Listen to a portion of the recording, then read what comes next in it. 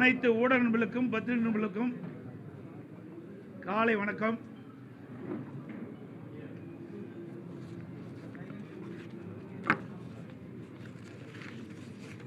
கழக நிறுவன தலைவர் பாரத ரத்னா புரட்சி தலைவர் டாக்டர் எம்ஜிஆர் அவர்களின் 109வது பிறந்தநாள் விழா தமிழக அனைவருக்கும் மகிழ்ச்சி தரும் ஒரு பொன்னான நாள்.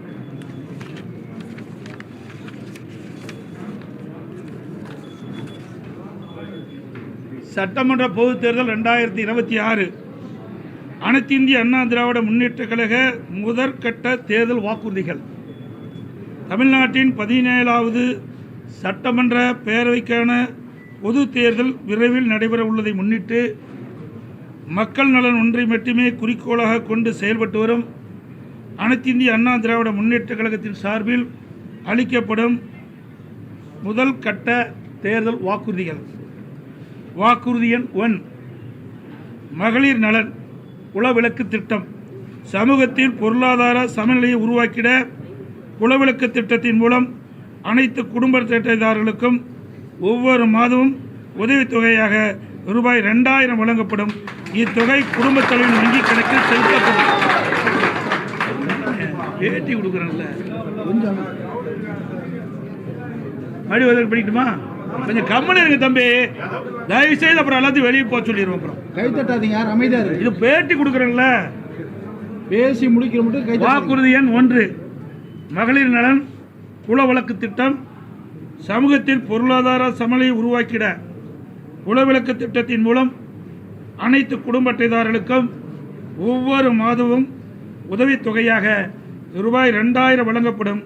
இத்தொகை குடும்ப தலைவியின் வங்கி கணக்கில் செலுத்தப்படும். வாக்குறுதி எண் 2, ஆண்களுக்கும் மகளிருக்கும் கட்டணமில்லா பேருந்து பயண திட்டம். நகர பேருந்தில் பயணம் செய்யும் ஆண்களுக்கு கட்டணமில்லா பேருந்து பயண திட்டம் செயல்படுத்தப்படும். ஏற்கனவே நடைமுறையில் இருக்கும் நகர பேருந்துகளில் பயணம் செய்யும் மகளிருக்கான கட்டணமில்லா பேருந்து பயண திட்டம் தொடர்ந்து செயல்படுத்தப்படும். அறிவிப்பெண் 3, அனைவருக்கும் வீடு. அம்மா இல்லம் திட்டம். அம்மா இல்லம் திட்டம் மூலம் கிராமப்புறங்களில் குடியிருப்பதற்கு சொந்த வீடு இல்லாதவர்களுக்கு அரசே இடம் வாங்கி கான்கிரீட் வீடுகள் கட்டித்தரப்படும். அதேபோல நகரப்பகுதியில் சொந்த வீடு இல்லாதவர்களுக்கு அரசே இடம் வாங்கி அடுக்குமாடி வீடுகள் கட்டி அம்மா இல்லம் திட்டம் மூலம் விலையில்லாமல் வழங்கப்படும். அதை போலவே ஒரே குடும்பத்தில் வசிக்கும் பட்டியலின மக்கள் அவருடைய மகன்கள் திருமணமாகி தனி குடித்தனம் செல்கின்ற போது அரசே இடம் வாங்கி அவர்களுக்கு கான்கிரீட் வீடுகள் கட்டித்தரப்படும். அறிவிப்பெண் 4, 100 நாட்கள் வேலை வாய்ப்பு திட்டம் 150 நாட்களாக உயர்த்தப்படும். 100 நாட்கள் வேலை வாய்ப்பு திட்டம் 125 நாட்களாக உயர்த்தப்படும் என்று மத்திய அரசு அறிவித்துள்ளது. கிராமப்புறங்களின் வளர்ச்சிக்கான இத்திட்டம் 150 நாட்கள் வேலைவாய்ப்பு திட்டமாக உயர்த்தப்படும். அறிவிப்பெண் 5, அம்மா இருசக்கர வாகனம் வழங்கும் திட்டம். மகளிருக்கு ரூபாய் 25,000 மானியத்துடன் 5 லட்சம் மகளிருக்கு அம்மா இருசக்கர வாகனங்கள் வழங்கப்படும். தேர்தல் அறிக்கை தயாரிக்கும் குழு மண்டல வாரியாக பலதரப்பட்ட மக்களை நேரில் சந்தித்து அவர்களின் கோரிக்கை மனுக்களை பெற்றுள்ளனர். இப்பணி நிறைவடைந்ததும் அனைத்து இந்திய அண்ணா திராவிட முன்னேற்ற கழகத்தின் சார்பாக குழு தயாரிக்கப்பட்ட அறிக்கையை அறிவிப்புகளாக வெளியிடப்படும் என்று மகிழ்ச்சியுடன் தெரிவித்துக் கொள்கிறேன்.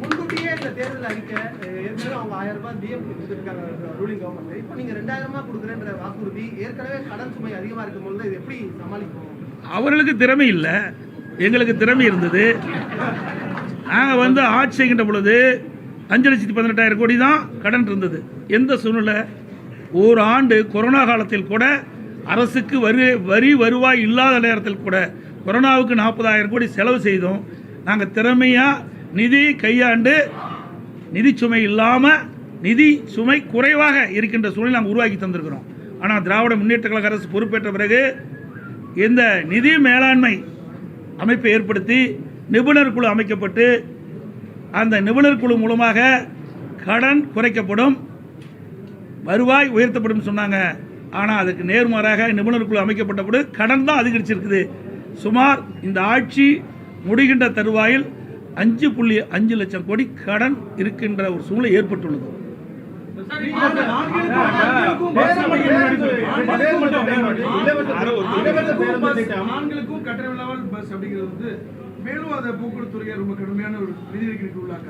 இதுதான் நான் சொல்றேன்ல, நிர்வாக திறமை இருந்தால் எல்லாமே சமாளிக்கலாம். நிர்வாக திறமையற்ற சிரிக்கின்ற பொழுதுதான் கடன் சுமை அதிகரித்துக் கொண்டே இருக்கின்றது. அதெல்லாம் என்ன, அதாவது 2ஆம் கட்ட தேர்தலுக்கு முழுமையாக வெளியிடுகின்ற பொழுது இன்னும் பல அறிவிப்புகள் வெளியிடப்படும். இப்போ எங்களுடைய தேர்தல் அறிக்கை தயாரிக்க குழு ஒவ்வொரு மண்டலமாக போயிட்டு இருக்கிறாங்க, மக்கள்கிட்ட மனு வாங்கிட்டு இருக்கிறாங்க. இப்போ இன்னும் கோயம்புத்தூர் மண்டலத்துக்கு போகல, அங்கே போய் பலதரப்பட்ட மக்களையும் சந்தித்து அவருடைய கருத்துக்களை விண்ணப்பம் மூலமாக பெற்று அதையெல்லாம் சேகரித்து அந்த அறிக்கையாக தயாரிக்கப்பட்டு அது ஆய்வு செய்யப்பட்டு அதை அடிப்படையில் மக்கள் என்னென்ன நினைக்கின்றார்களோ அதை எங்களுடைய தேர்தல் அறிக்கையில் இடம்பெறும். மேலும் கட்சிகள் இணைய மாட்டாங்க.